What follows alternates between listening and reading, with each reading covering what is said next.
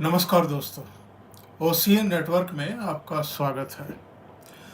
जब से आदि पुरुष फिल्म रिलीज हुई है, बल्कि रिलीज से भी पहले ये लगातार विवादों में ही है और इसको लेकर इतने विवाद अब हो चुके हैं कि जिसका असर न केवल इस फिल्म के बॉक्स ऑफिस पर भी पड़ा है, बल्कि जो थोड़ा बहुत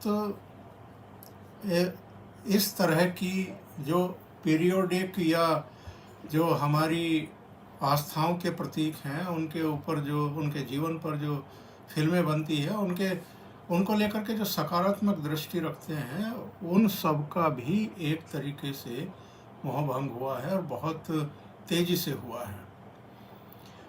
इसका जो कुल मिलाकर के जो लागत थी वो 600 करोड़ के आसपास बताई गई थी, लेकिन हालत क्या हुई है, ये 300 करोड़ का आंकड़ा भी नहीं छू पा रही है और करीब करीब बॉक्स ऑफिस पर धड़ाम हो चुकी है, औंधे मुंह गिर चुकी है।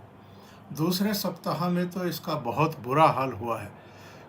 इनफैक्ट शुरू के जो 3 दिन बुकिंग के होते हैं, उनको अगर हम माइनस कर दें तो फिर पिछले हफ्ते के संडे से ही इस फिल्म का डाउनफॉल आना शुरू हो चुका था। और इसकी वजह जो है वो तोड़ मरोड़ करके पूरी रामायण को पेश करना, उसके पात्रों को पेश करना, लंका को सोने की दिखाने के बजाय काला दिखाना, इसके अलावा हनुमान को भक्त बता देना, भगवान नहीं बताना, उनके मुंह से कुछ ऐसे डायलॉग बुलवा देना कि कपड़ा भी तेरे बाप का, तेल भी तेरे बाप का और जलेगी भी तेरे बाप की। इस तरह के संवादों पर भी बहुत बवाल हुआ और बहुत सारे लोगों की एक्चुअल में भावनाएं आहत हुई और उन्होंने डायलॉग राइटर मनोज मुंतशिर को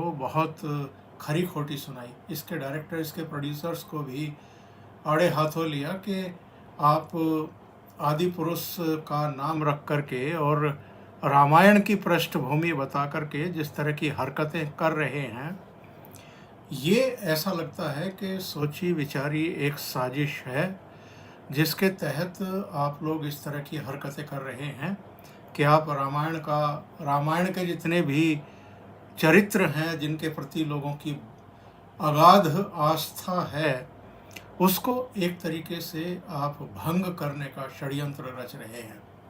और अब मामला अदालत में जा पहुंचा है।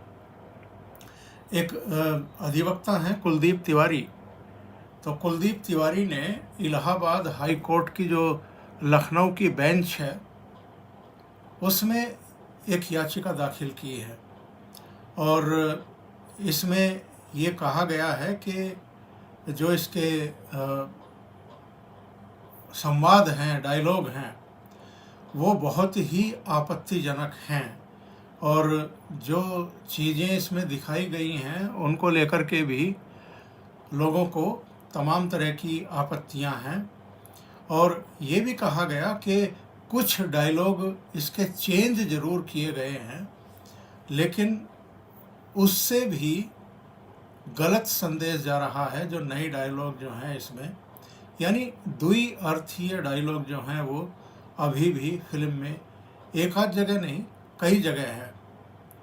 और जो इलाहाबाद हाई कोर्ट की लखनऊ बेंच के जस्टिस हैं राजेश सिंह चौहान और जस्टिस श्री प्रकाश सिंह, उनकी जो डिवीज़न बेंच है, उन्होंने न केवल सेंसर बोर्ड पर सवाल खड़े किए कि आपने ऐसी फिल्म को आखिर कैसे पास कर दिया और चलाने की अनुमति दी, बल्कि जो फिल्म के मेकर्स हैं, जो डायरेक्टर हैं, जो इस डायलॉग राइटर हैं, उनको भी फटकार लगाई है।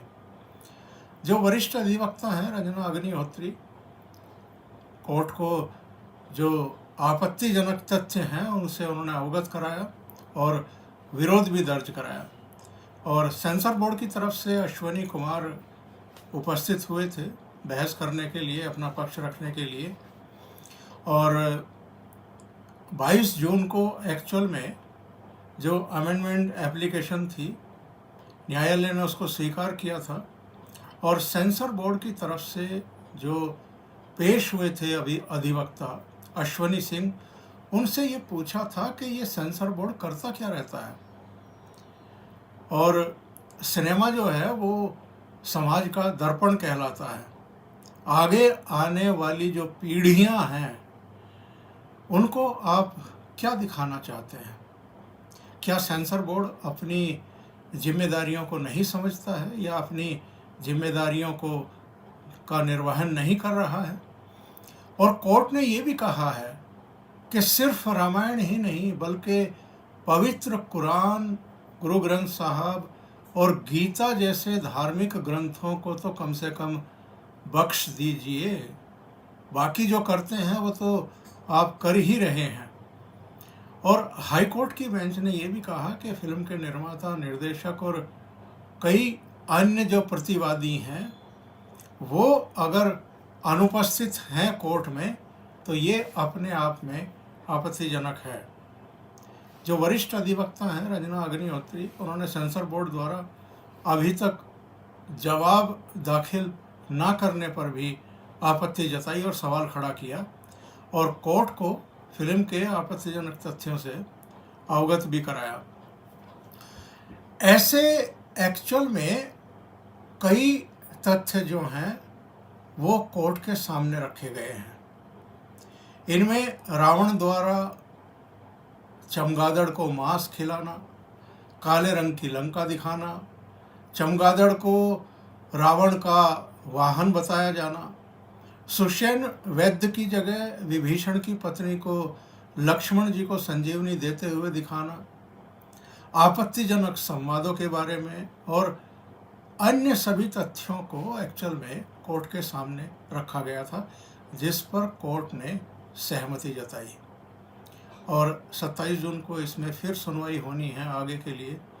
इसमें एक्चुअल में जो आरोप लगाए गए हैं उसमें कुलदीप तिवारी जो एडवोकेट हैं उनकी तरफ से याचिका दाखिल की गई है और ये कहा गया कि इस फिल्म में श्री राम कथा को बदल करके निम्न स्तरीय दिखाया गया है और उन्होंने अपनी याचिका को दाखिल करके फिल्म में संशोधन करने और संवाद लेखक मनोज मुंतशिर को पक्षकार बनाने का भी अनुरोध किया।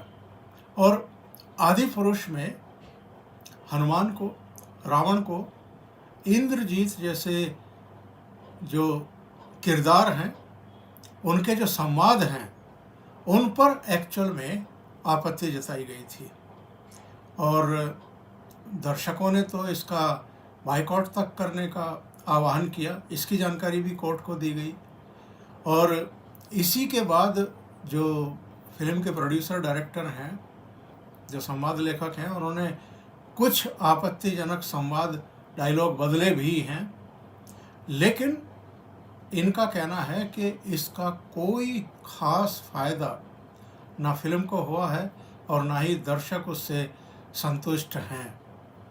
और जाहिर है ये फिल्म जो है ये प्रदर्शित हुए 10 दिन से ऊपर हो गए हैं, लेकिन इससे जुड़े हुए जो विवाद हैं वो रुकने का नाम नहीं ले रहे हैं।